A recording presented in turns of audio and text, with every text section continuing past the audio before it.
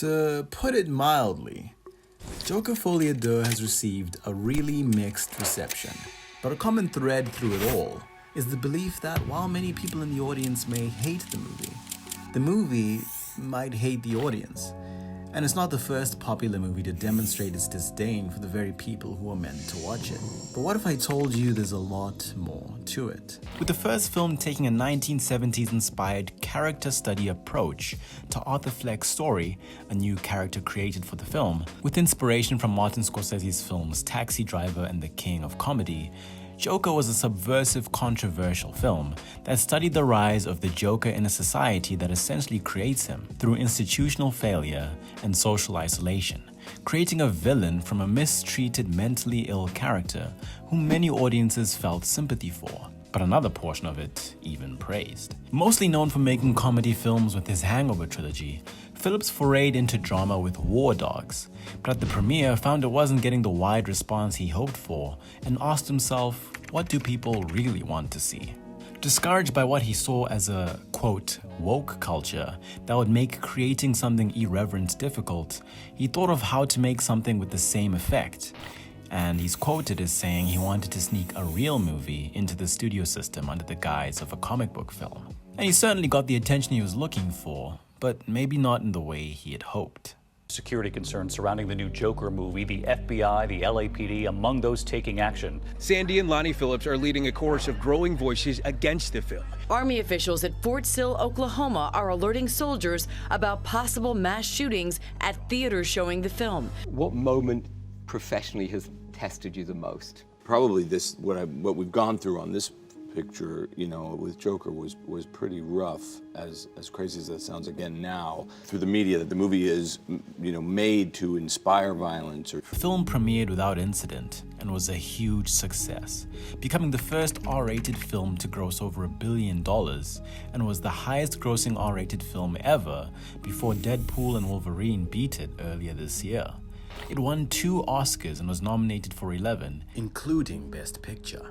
It had an insane cultural impact, with the scene where Arthur dances down the Bronx steps as he newly embraces his Joker persona becoming iconic and endlessly repeated and parodied, while the steps themselves have become an unlikely tourist attraction. The film ends with the Joker character being celebrated by a crowd of people that hail him as a counterculture hero who's made an impact in spite of the broken system that has kept him down. Meanwhile, Bruce Wayne's parents are killed, showing that the same incident creates the hero we later come to know as the Batman. But this ending would end up being misinterpreted and taken at face value by some. The sequel, Folie à Deux, which was originally not planned to be made, is a direct response to the fans of the original film, calling them out for their glorification and enjoyment of the Joker character, and specifically goes out of its way to subvert their expectations. This is reminiscent of films like The Cabin in the Woods, where the typical setup for a horror movie lulls the audience into a false sense of security, thinking it'll be the usual slasher film. A group of college friends heads out to a remote cabin for a getaway, but they start getting killed off, when it subverts their expectations by revealing that all the events of the film have been a setup to sacrifice the characters to the Ancient Ones, giant evil deities that lie dormant beneath the surface of the earth, requiring blood from meticulously arranged ritual sacrifices, prolonging their sleep for at least another year. If the sacrifice is not completed, these gods will awaken from their sleep and destroy all traces of humanity. The Ancient Ones, though, as you can probably tell, are the audience who have come to see the movie, a meta-commentary on the strange way we find enjoyment in horror films and violence. But the film continues to serve the genre thrills that the audience expects, and was a critical and commercial success. Funny Games, though, did the opposite. By Austrian filmmaker Michael Haneke, Funny Games is a psychologically unsettling horror thriller that follows 2 calculating serial killers who infiltrate a family's vacation home, subjecting them to a sadistic game of physical and emotional torture. And it's a lot worse than it sounds. It punishes the audience for their enjoyment of violence, and subverts their expectations by depicting most violence off-screen and breaking many taboos, like killing the family dog first, the child, and makes the audience suffer for thinking the family will manage to get revenge against the killers, to give the audience a cathartic release in this infamous brutal scene, where the mother, Anne, manages to get a hold of the shotgun and kills Peter, one of the intruders. The violence is shown in an intentionally over-the-top way, specifically contrasting the lack of violence before, because the audience is supposed to feel a release and sense of satisfaction, because the villains are finally getting what they deserve. Before this happens. Where's the f***ing remote control?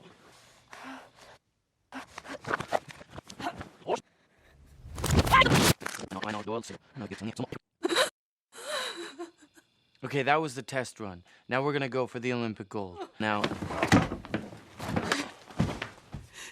You shouldn't have done that, Anne. Say goodbye to Georgie. Oh yeah, and the villains break the fourth wall a bunch of times, adding to its meta-fictional nature and showing more contempt for the audience. Because I think he's really shining the light on you as an audience member. He's making you aware of all the things that you're used to in films. You know, you're used to cheering on violence, and he gives you that one moment where you do punch the sky, and then you realize he's playing with you again, and then you go, oh, you know, you regret it. You regret that it didn't happen. You regret that you craved it. You feel guilty. You feel very manipulated. To make his message even more clear, specifically criticizing America's relationship with violence in their media, for the film's 10-year anniversary, he made a shot-for-shot English remake for America. So much for just using English subtitles, I guess. Folie à Deux does the same, choosing the musical genre to further explore Arthur's mental illness and literally putting the first film on trial, as Arthur's actions in the first film are torn apart, an argument being made about whether the Joker is a separate personality from his. In one scene, the Joker even says, I got the sneaking suspicion that we're not giving the people what they want. Now, there are many properties that have been misinterpreted by the fans of a work according to its creator, such as Fight Club, a satire of consumerist culture in which somebody's identity is defined by the products they buy and the jobs they work, their lives devoid of meaning and emasculated by it, finding purpose by also being commodified and turned into nameless drones by Tyler Durden, a charismatic cult leader who runs a terrorist group called Project Mayhem.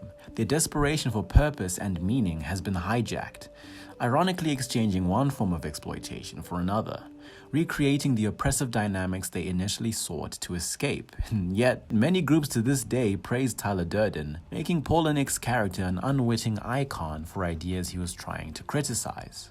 Fight Club 2 takes an interesting approach to respond to this phenomenon, ensuring that there's no room for confusion by making Tyler Durden as reprehensible as possible, and even features Polinick himself as a character for some meta-commentary on Fight Club the movie and its impact. Set 10 years after the ending of Fight Club, the sequel is told from the confined perspective of Tyler Durden, simmering in the subconscious of Sebastian, the name the narrator of the original Fight Club currently uses. For those of you who might have forgotten or don't know, Tyler and the narrator are revealed to be the same person in the first Fight Club.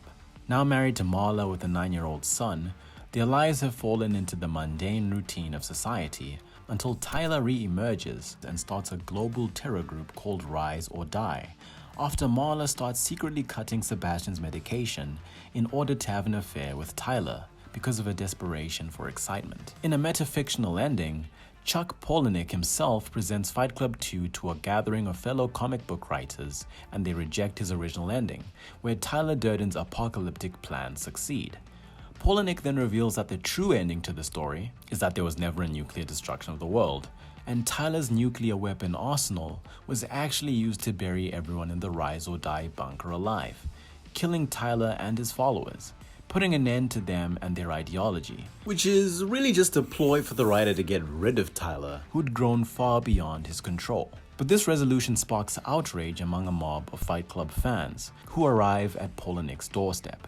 Misinformed by the movie adaptation and identifying superficially with Tyler, they rewrite the ending, where they save the Rise or Die members from the bunker, who join the fans to save Tyler's remaining followers. Polinick disapproves of this, stating that he rejects the notion of providing comforting, uplifting endings that reinforce the status quo, which is met by a reference to the famous German playwright Bertolt Brecht, who is famous for his epic theater and distancing effect theory, which deliberately separates the audience from the narrative and characters to focus attention on the moral and societal implications of the work.